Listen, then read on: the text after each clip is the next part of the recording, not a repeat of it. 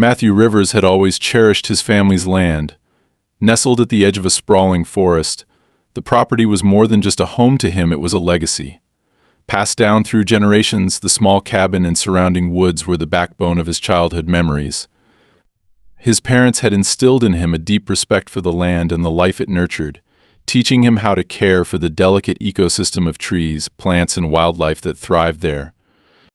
After years of city life, working as a forestry consultant, Matthew had returned to the countryside, seeking solace and stability. He wanted a simpler life, free from the chaos of urban living, where he could dedicate himself to a long-held dream cultivating rare tree species and contributing to reforestation projects in areas impacted by environmental disasters. The transition back to rural life wasn't without challenges, but Matthew had settled into a comfortable routine. Each morning, he would walk the perimeter of his property, inspecting the health of the trees and taking notes for his ongoing projects. His favorite part of the day was the late afternoons when the golden sunlight filtered through the dense canopy, illuminating his hard work in a warm glow. On weekends, he hosted small workshops for local families and schools, teaching them about sustainable land use and the importance of protecting natural habitats. For him, life felt complete. But one morning, everything changed. Matthew stepped out of his house, ready for his usual walk, only to find something entirely unexpected. A tall, steel-reinforced fence had been erected overnight, stretching across the main access road that connected his property to the nearby highway. The sight stopped him in his tracks. The fence wasn't a casual barrier, it was imposing, with sharp, industrial-grade spikes along the top and a heavy-duty lock on a metal gate. The gate bore a sign that read, "Private property trespassers will be prosecuted." The words hit him like a brick. This was his land, and no one had the right to block his only means of entering or leaving it. At first, he assumed it was some kind of mistake, a mix-up with the local authorities, or perhaps a temporary structure put up for maintenance on the nearby road. However, as he approached the gate to inspect it, he realized it was far too deliberate. The posts were buried deep into the ground, reinforced with concrete, and the hinges on the gate were expertly welded. Whoever had done this wasn't just making a statement, they were planning for permanence. Matthew's initial confusion quickly turned into frustration. He examined the surrounding area, trying to figure out who could be responsible, but there were no vehicles or workers in sight. The fence extended far beyond the edges of his property, cutting through the forest and following the natural contours of the land. It was a deliberate encroachment, and he knew it would take more than a polite phone call to resolve. He immediately walked back to his house, grabbed his property deeds, and checked the boundaries. As he expected, the driveway and the land it crossed were clearly marked as part of his parcel. Still hoping it was a misunderstanding, Matthew reached out to his closest neighbor, Gregory White.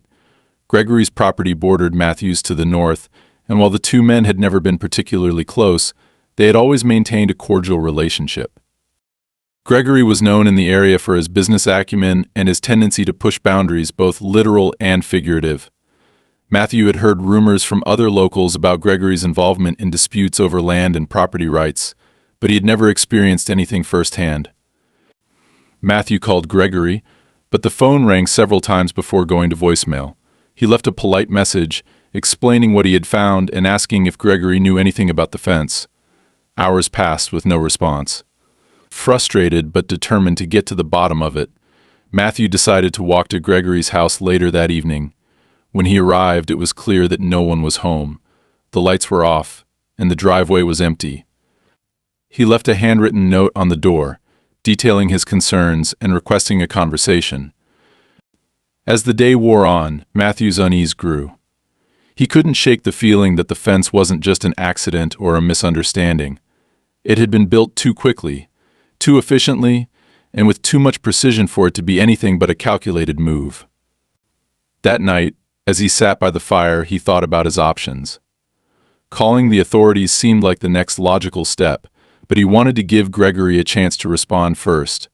He tried to push the issue to the back of his mind, telling himself that it would all be resolved in the morning. But the following morning brought no answers, only more questions. Matthew awoke to find a large envelope slipped under his front door. The thick, cream-colored paper bore no return address, but the contents were as clear as they were infuriating. Inside was a single letter, written in cold, legal jargon, stating that the fence had been erected to protect private interests and that any attempts to alter or remove it would result in legal action. The letter was signed G. White, followed by the name of a legal firm Matthew didn't recognize. The message was clear: Gregory White had made his move, and it was no mistake. This was a deliberate attempt to cut Matthew off from his own land, and it wasn't just about the fence, it was a play for control. Matthew realized with sinking certainty that he was facing a battle far bigger than a property dispute. He knew Gregory's reputation for exploiting loopholes and bullying others into submission, but he also knew one thing for sure: he wasn't going to back down. As he stood at the window, staring at the imposing fence that now loomed like a prison wall, Matthew felt a surge of determination.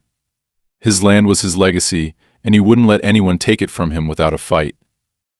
The sight of the fence had been gnawing at Matthew all night, and the threatening letter only fueled his determination to fight back. This was his land, his family's legacy, and there was no way he was going to let anyone take it from him. First, he needed answers, clear, definitive ones. After rereading the letter several times, he noticed the fine print at the bottom, referencing a revised property plan filed with the local land registry. If Gregory White had gone as far as involving lawyers, it meant he had filed something official. Matthew decided to start there. Early the next morning, Matthew drove into town to the county's land registry office. The building was an unassuming brick structure, but within its walls lay the authority to settle land disputes, or at least confirm whether Gregory's claims had any legal basis. Matthew walked up to the counter, where a tired-looking clerk greeted him without much enthusiasm. "Hi, I need to access the records for my property," Matthew began, sliding his ID and property deed across the counter. "I think there's been a mistake, and I need to confirm the boundaries." The clerk nodded and typed his details into the computer. A few moments later, she frowned and leaned closer to the screen. "It looks like there was a recent update filed on this parcel," she said, glancing up at Matthew. "Just a week ago, in fact. Do you know anything about this?" Matthew's stomach sank. "That's why I'm here," he replied. "Can I see the updated documents?" The clerk hesitated, then printed out a copy of the new plan. Matthew took the papers and immediately scanned them. The changes were obvious. The main access road leading to his property was now marked as part of Gregory White's land. According to the revised plan, Matthew's driveway was no longer his. It had been absorbed into Gregory's parcel, leaving Matthew's house completely landlocked. "This can't be right," Matthew muttered, his frustration growing. "I've lived on that property for years, and the road has always been part of my land." The clerk gave him a sympathetic look. "It happens more often than you'd think," she said. "Sometimes people file boundary adjustments, and if no one contests them within the required time, they go through automatically." Matthew's mind raced. Boundary adjustments? He had never received any notice about changes to his property line. How could this have happened without his knowledge? He pressed the clerk for more information, but she explained that Gregory's filing appeared to be in order, at least on the surface. "You'll need to challenge this officially," she advised. "It might be worth hiring a lawyer to help." Matthew left the office with the revised property plan in hand, his frustration now mixed with a growing sense of betrayal. Gregory had clearly orchestrated this, and it wasn't just a misunderstanding, it was a calculated move. Back at home, Matthew laid out the original property deed and the revised plan side by side, highlighting the discrepancies. It was clear that Gregory had taken advantage of some legal loophole to claim the access road. Still, Matthew hoped for some kind of resolution without escalating things further. He tried calling Gregory again, but once more the calls went unanswered. He even drove to Gregory's house, but no one answered the door. The property looked deserted, with the blinds drawn and no signs of activity. Later that evening, as Matthew returned home, he noticed something strange. A large truck was parked near the fence, its engine idling. Two men stood nearby, speaking in hushed tones. One of them gestured toward the fence, and then toward Matthew's property. The sight of them made Matthew's blood boil. He approached the truck, determined to get some answers. "Excuse me," Matthew called out, his voice firm. "What are you doing here?" "This is my land." The men turned to face him, their expressions neutral but guarded. "We're just doing our job," one of them replied. "We were hired to reinforce the fence." "By who?" Matthew demanded. The man shrugged. "You'll have to take that up with the client," he said, before quickly turning away and climbing into the truck. Within moments, the vehicle pulled away, leaving Matthew standing alone by the fence, his anger bubbling to the surface. The next day, things took an even darker turn. Matthew woke up to find that someone had tampered with his mail. His mailbox had been knocked over, and several envelopes were scattered across the ground, many of them opened. Among the papers was another letter, this one unsigned. It simply reads, "Stop fighting this, or it'll get worse." It was a threat, plain and simple. Matthew didn't know who had sent it, Gregory, one of the workers, or someone else entirely, but the message was clear. They wanted him to back down. Instead, it only strengthened his resolve. Realizing he needed legal help, Matthew contacted a local attorney, Julianne Brooks, who specialized in land disputes. Julianne was sharp, no-nonsense, and well-versed in dealing with cases like his. After hearing Matthew's story, she assured him they had a strong case. "If your original deed and survey show that the road is part of your land, we can contest the boundary adjustment," she said. "But it won't be easy. Cases like these can drag on for months, even years." Julianne wasted no time filing an injunction to halt any further construction or reinforcement of the fence. In the meantime, she advised Matthew to document everything: photos of the fence, copies of all correspondence, and any evidence of tampering or threats. While waiting for the injunction to take effect, Matthew decided to investigate further. He reached out to some of the older residents in the area, hoping they could shed light on Gregory's past behavior. What he learned only confirmed his suspicions. Gregory had a history of pushing his neighbors into legal battles over land, often using similar tactics. In one case, he had pressured an elderly couple to sell their property by claiming their boundaries were invalid. When they eventually gave up and moved, Gregory sold the land for a significant profit. Armed with this information, Matthew felt more determined than ever to fight back. But just as he began to feel like he was gaining ground, the situation escalated again. One night, he heard the sound of engines outside his house. Peering through the window, he saw 2 trucks parked by the fence. A group of men was unloading materials, working quickly under the cover of darkness. Matthew grabbed a flashlight and stormed outside. "What do you think you're doing?" he shouted. One of the men turned, his face partially obscured by a baseball cap. "Reinforcing the fence," he said flatly. "We've got orders." "From who?" Matthew demanded. The man smirked. "That's none of your business." Frustrated and outnumbered, Matthew had no choice but to retreat. He spent the rest of the night watching from his window as the men worked, adding additional layers to the already imposing barrier. By morning, the fence had become even more impenetrable, with new barbed wire strung along the top and heavy concrete blocks anchoring the posts. It was a clear message from Gregory he wasn't going to back down. But neither was Matthew. He sat down with Julianne later that day to discuss their next steps. "This isn't just about the fence," he said. "Gregory is trying to push me off my land." Julianne nodded. "Then we'll make sure he doesn't succeed." The battle was far from over, but Matthew knew one thing for certain: he wouldn't stop until his land and his legacy was safe. The tension between Matthew and Gregory had escalated quickly, and with every passing day, the situation seemed to spiral further out of control. The newly reinforced fence now loomed larger than ever, cutting Matthew off not only from the main road but also from his sense of peace. The legal threats, the late-night activity, and the ominous letters had created an atmosphere of constant unease. But Matthew wasn't the type to sit idly by. He was determined to push back, no matter how long it took. The first step was to document everything thoroughly. Following his lawyer Julianne's advice, Matthew spent hours taking detailed photos of the fence, the barbed wire, and the concrete reinforcements. He marked the locations where the fence crossed into his property according to his original survey. He even set up a series of trail cameras along the wooded edge of his land, hoping to catch whoever was trespassing or tampering with his property. As Matthew went about his work, he noticed something unusual.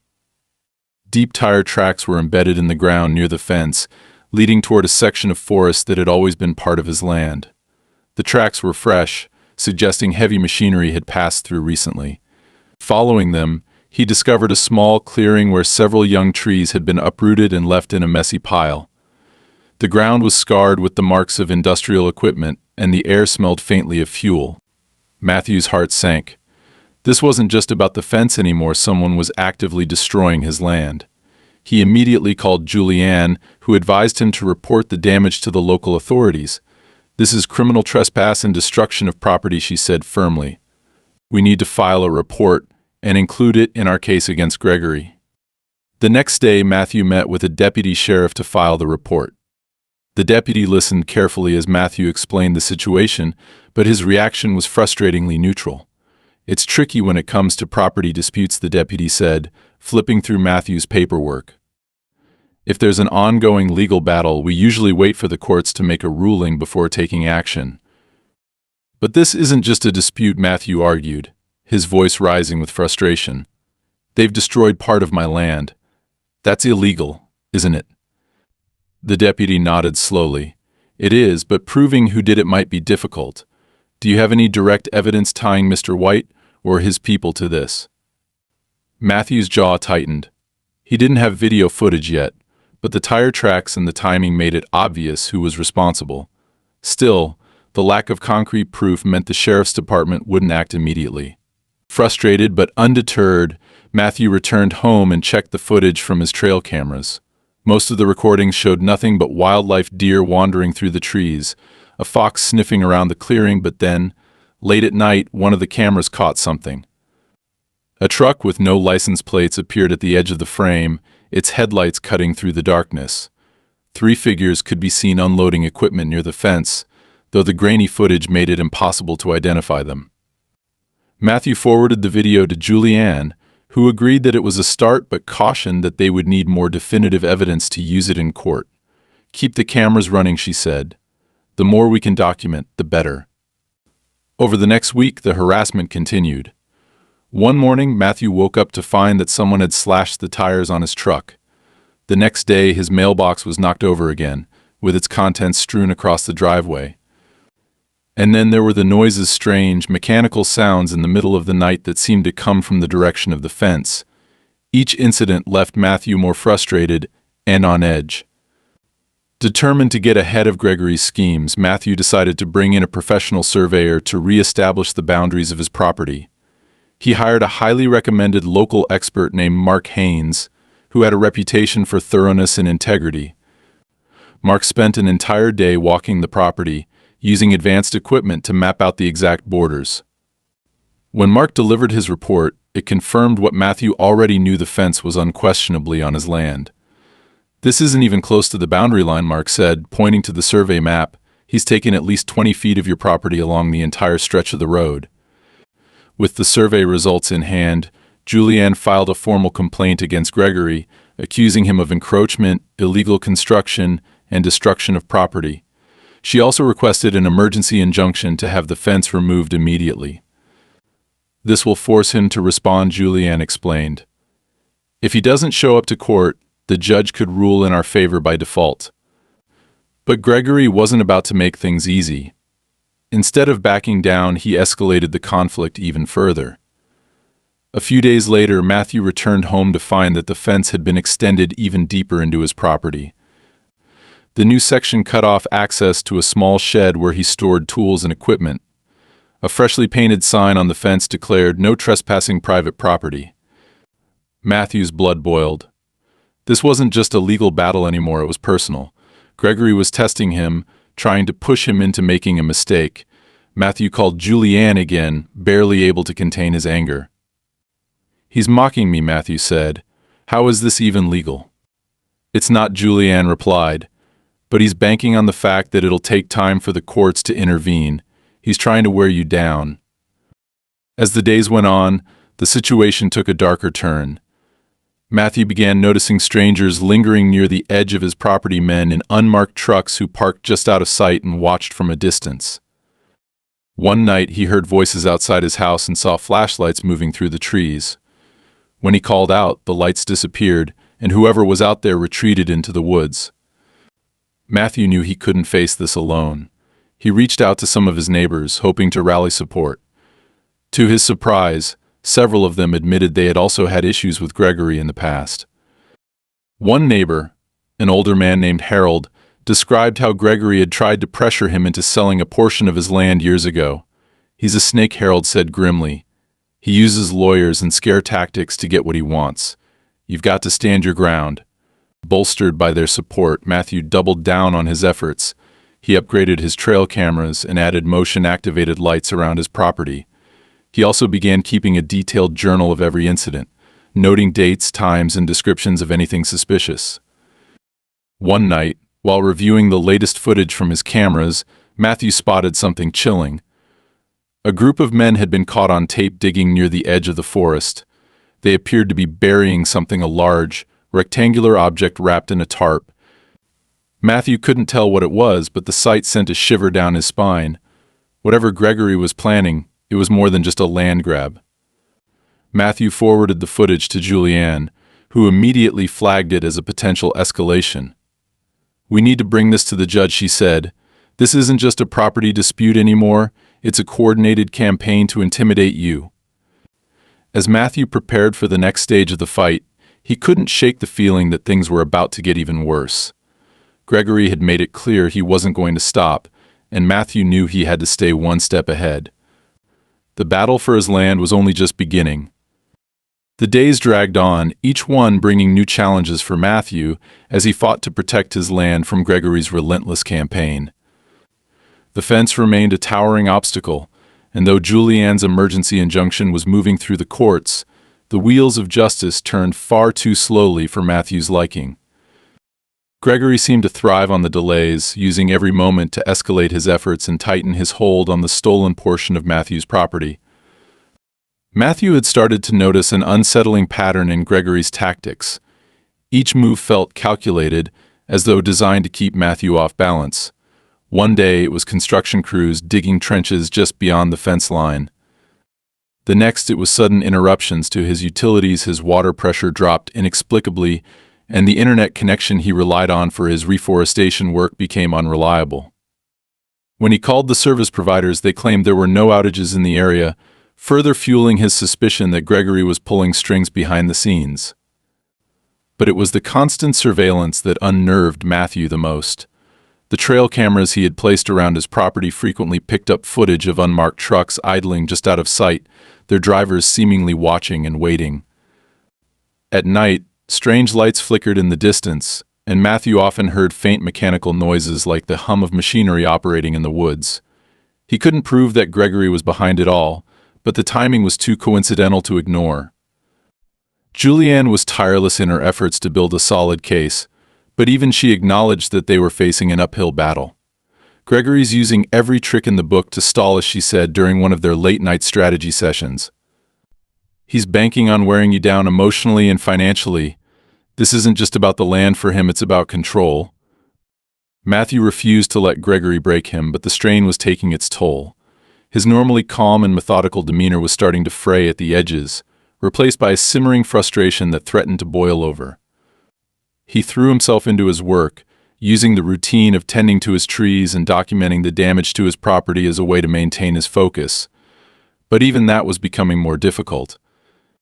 One afternoon, while walking the perimeter of his land, Matthew discovered that several of his rare saplings had been uprooted and left to wither in the sun. It was a deliberate act of sabotage, and it felt like a personal attack. As he stood over the ruined plants, Matthew's mind raced. Gregory wasn't just trying to claim the access road, he was systematically dismantling Matthew's livelihood. The reforestation projects that Matthew had poured years of effort into were now at risk, and the thought of losing everything he had worked so hard to build was almost too much to bear. That night, Matthew made a decision he couldn't wait for the courts to catch up. He needed to take action. Early the next morning, he drove to the nearest town to meet with Mark Haynes, the independent surveyor who had helped map out his property lines. Mark was a straightforward man with a reputation for precision, and Matthew hoped he could provide some insight into Gregory's endgame. Mark greeted Matthew with a firm handshake and invited him into his cluttered office. Maps and surveying equipment were scattered across the room, giving the space a chaotic but professional feel. "I was wondering when I'd hear from you again," Mark said, gesturing for Matthew to sit. "What's the latest?" Matthew explained everything: Gregory's continued escalation, the strange activity around the fence, and the destruction of his saplings. Mark listened intently, his expression growing more serious with each detail. When Matthew finished, Mark leaned back in his chair and let out a low whistle. "This isn't just a property dispute," Mark said. "Gregory's playing a long game here. He's trying to make your life so unbearable that you'll either sell or abandon the land entirely. Once you're out of the picture, he can expand his holdings without resistance." "That much I figured out," Matthew replied, his voice tinged with frustration. "What I don't understand is why he's going to such extremes. What's so special about my land?"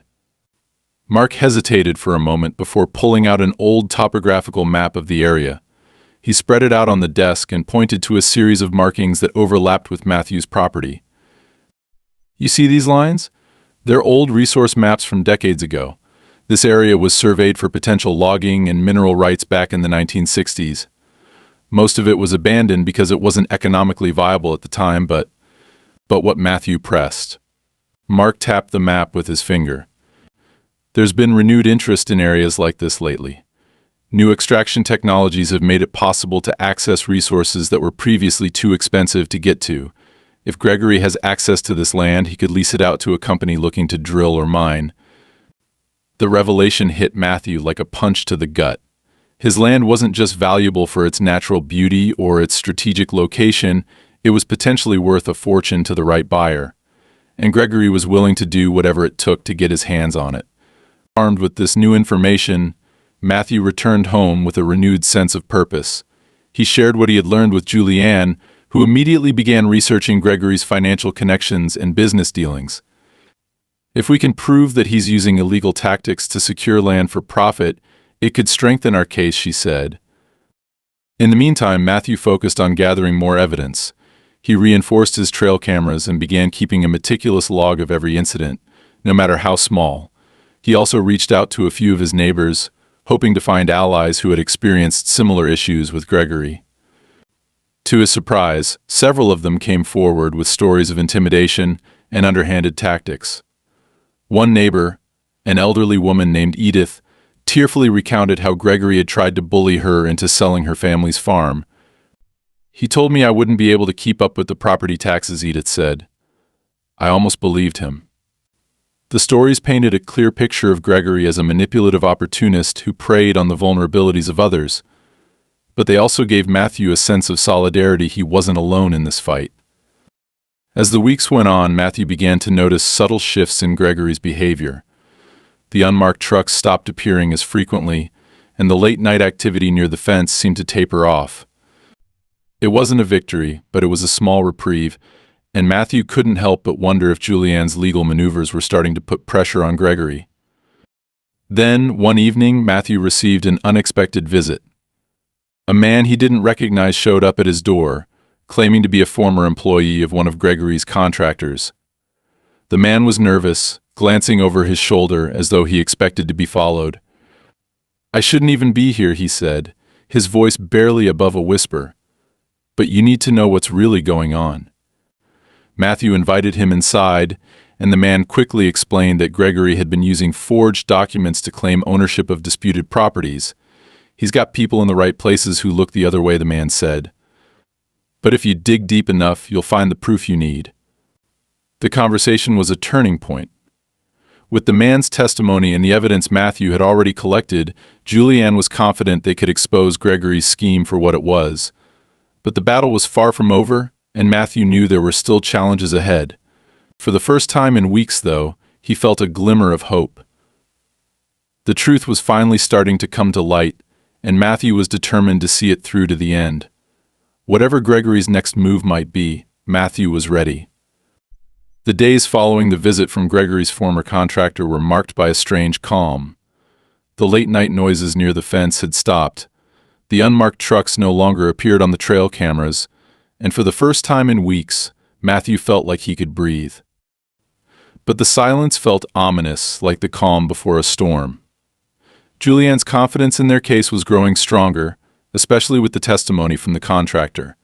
However, both of them knew that Gregory wasn't the type to roll over without a fight. Matthew's suspicions were confirmed when an official letter arrived in the mail, delivered by a courier rather than the postal service. The envelope bore the name of a high-profile law firm from a neighboring city. Inside was a notice informing Matthew that Gregory had filed a counterclaim against him, alleging that Matthew had been illegally using land that didn't belong to him. The letter accused Matthew of encroachment, destruction of property, and unauthorized use of resources and audacious and baseless retaliation. Matthew clenched his fists as he read through the document. Gregory was turning the tables, trying to paint Matthew as the aggressor. The accusations were absurd, but they were crafted in a way that could drag the case out even further. Julianne called him within minutes of receiving her own copy of the letter. "This is classic Gregory," she said, her tone calm but firm. "He's trying to create a smokescreen to distract from his own actions. It's a tactic to stall and drain your resources, but we won't let it work." The counterclaim wasn't the only escalation. That same evening, Matthew discovered that someone had tampered with his irrigation system. The small pump that supplied water to his reforestation projects had been sabotaged, the hoses slashed, and the control panel smashed beyond repair. It wasn't just an inconvenience, it was a direct attack on his ability to maintain the land. Matthew took photos of the damage and sent them to Julianne, who added them to the growing file of evidence. "This is getting out of hand," Matthew said during their next meeting. "He's not just trying to take the road, he's trying to destroy everything I've built here." Julianne nodded, her expression grim. "He wants to push you to your breaking point. But we're not going to let him win. The hearing for the injunction is coming up soon. If we can get the judge to see the pattern of harassment, it'll strengthen our case." Despite Julianne's reassurances, Matthew couldn't shake the feeling that Gregory was still one step ahead. That suspicion was confirmed when another neighbor, Edith, came to Matthew's door with a worried look on her face. "I thought you should know," she said, clutching a folder of documents. "Gregory's been talking to the other landowners in the area. He's telling them you're planning to sell your land to a big development company, and that it'll ruin the whole community. He's trying to turn them against you." Matthew's jaw tightened. Gregory was spreading lies to isolate him, hoping to sway public opinion in his favor. Edith handed him the folder, which contained copies of flyers Gregory had distributed around town. The flyers depicted exaggerated illustrations of a large industrial complex, complete with smoke-belching factories, supposedly planned for Matthew's land. "This is outrageous," Matthew said, his voice shaking with anger. "He's trying to make me the villain in my own community." Edith placed a hand on his arm. "Not everyone believes him," she said softly. "But some people are starting to wonder. You need to get ahead of this." Julianne agreed. "We'll address this in court," she said. "But in the meantime, it might be a good idea to talk to some of your neighbors directly. Let them know the truth." Matthew took her advice, spending the next few days visiting nearby landowners to explain the situation. Most of them were sympathetic, especially when he showed them the evidence of Gregory's harassment. However, a few were hesitant, clearly influenced by Gregory's scare tactics. One neighbor, a middle-aged man named Carl, admitted that Gregory had offered to protect his land from the supposed development in exchange for a small payment. "He's preying on people's fears," Matthew said to Julianne later. "It's disgusting." As the court date for the injunction approached, Gregory made another move. One morning, Matthew woke to find a new sign posted on the fence, this time warning of hazardous materials on the property. The sign claimed that environmental regulators had flagged the area for contamination, though no such inspection had ever taken place. "This is a new low," Matthew said, snapping a photo of the sign. "He's trying to make the land seem worthless." Julianne's voice was calm but edged with determination when he called her. "If he's fabricating reports, that's a serious offense. We'll add it to the list." But Gregory wasn't done. That evening, as Matthew was reviewing footage from his trail cameras, he noticed something unusual. A group of men, dressed in dark clothing and wearing hats to obscure their faces, had been caught on camera digging near the edge of the property. They appeared to be burying something, large containers wrapped in plastic sheeting. Matthew forwarded the footage to Julianne immediately. "What the hell are they doing?" he asked, his voice filled with frustration. It could be part of his contamination ploy, she speculated. He might be planting evidence to support his fake environmental claims. The discovery was unsettling, but it also gave them an opportunity. Julianne filed an urgent motion to have the area inspected by an independent investigator. If they could prove Gregory was planting false evidence, it would undermine his entire case. As the days ticked down to the hearing, Matthew couldn't shake the feeling that he was being watched. The unmarked trucks returned, this time parking farther away but still within sight of the property. One evening, as he was locking up his tool shed, he saw a drone hovering in the distance, its small red light blinking ominously. It was a stark reminder that Gregory's resources far exceeded his own. But Matthew refused to back down. With Julianne's guidance, he prepared a comprehensive presentation for the court, detailing every instance of harassment, sabotage, and manipulation. He included photos, video footage, and testimony from neighbors like Edith and Carl. The night before the hearing, Matthew sat in his kitchen, reviewing the file one last time. The weight of the fight was heavy on his shoulders, but he knew he couldn't afford to falter now. The hearing itself was tense. Gregory's lawyers were as aggressive as expected, attempting to paint Matthew as a troublemaker who was obstructing necessary improvements to the area. But Julianne was relentless, presenting a clear and compelling case that exposed Gregory's tactics for what they were: a calculated campaign of intimidation and deceit. When Julianne played the footage of the men burying containers on the property, the courtroom fell silent. The judge's expression hardened, and Gregory's lawyer visibly shifted in his seat. It was a turning point, one that tipped the scales in Matthew's favor. By the end of the hearing, the judge granted the injunction, ordering Gregory to cease all activity near the fence until the case was resolved. It wasn't a complete victory, but it was a critical step forward. For the first time, Matthew felt like he had the upper hand. As he left the courthouse, Julianne turned to him with a rare smile. "This isn't over," she said, "but we've got him on the defensive now, and that's where we need him to stay." Matthew nodded, the weight on his shoulders feeling just a little lighter. The fight was far from over, but for the first time in weeks, he felt like victory was within reach. The courtroom was packed on the day of the final hearing. The tension was palpable as Matthew sat next to Julianne at the plaintiff's table, his file of evidence meticulously organized in front of him.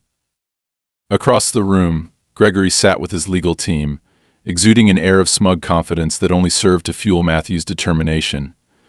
This was it, the culmination of months of harassment, sabotage, and legal maneuvering.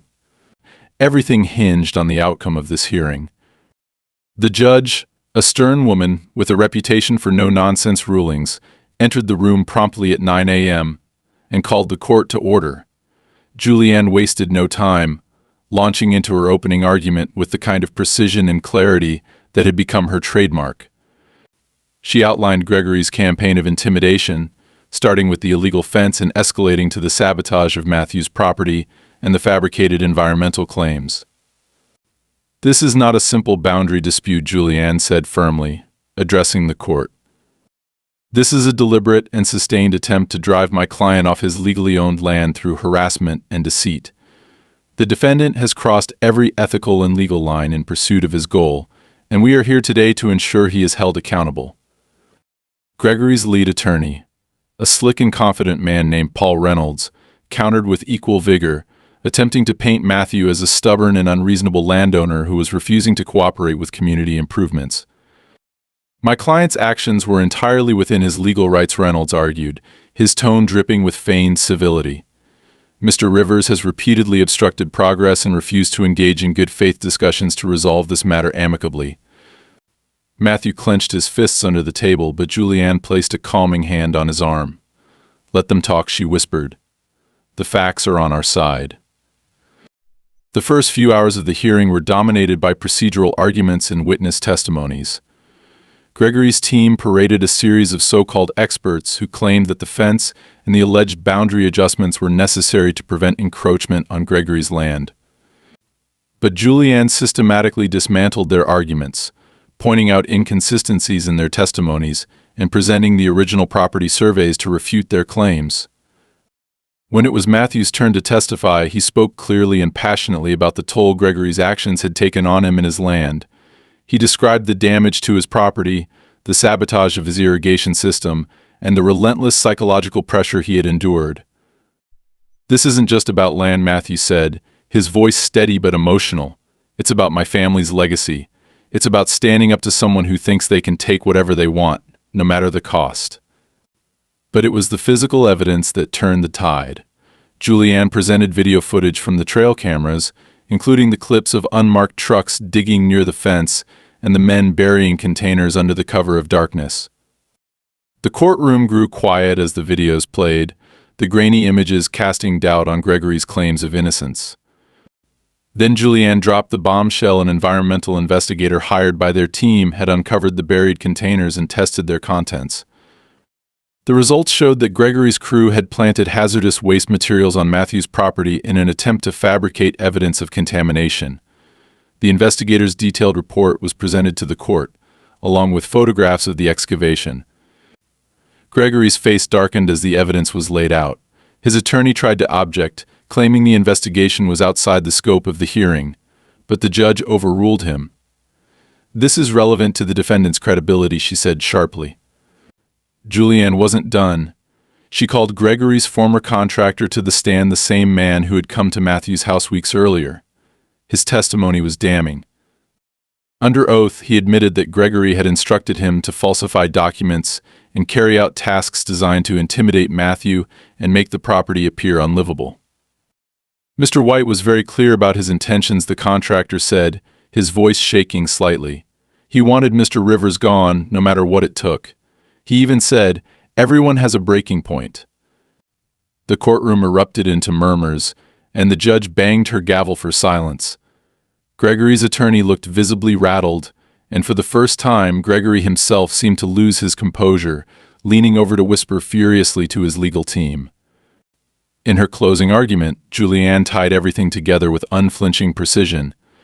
"The evidence is overwhelming," she concluded. "Mr. White's actions were not only unethical but illegal. He has shown a blatant disregard for the law and for the rights of my client. We ask the court to grant our request to remove the fence, restore the original property boundaries, and hold Mr. White accountable for the damage he has caused." When the judge finally delivered her verdict, Matthew felt a surge of relief and vindication. The court ruled decisively in his favor, ordering Gregory to remove the fence immediately and pay substantial damages for the destruction of property and the false contamination claims.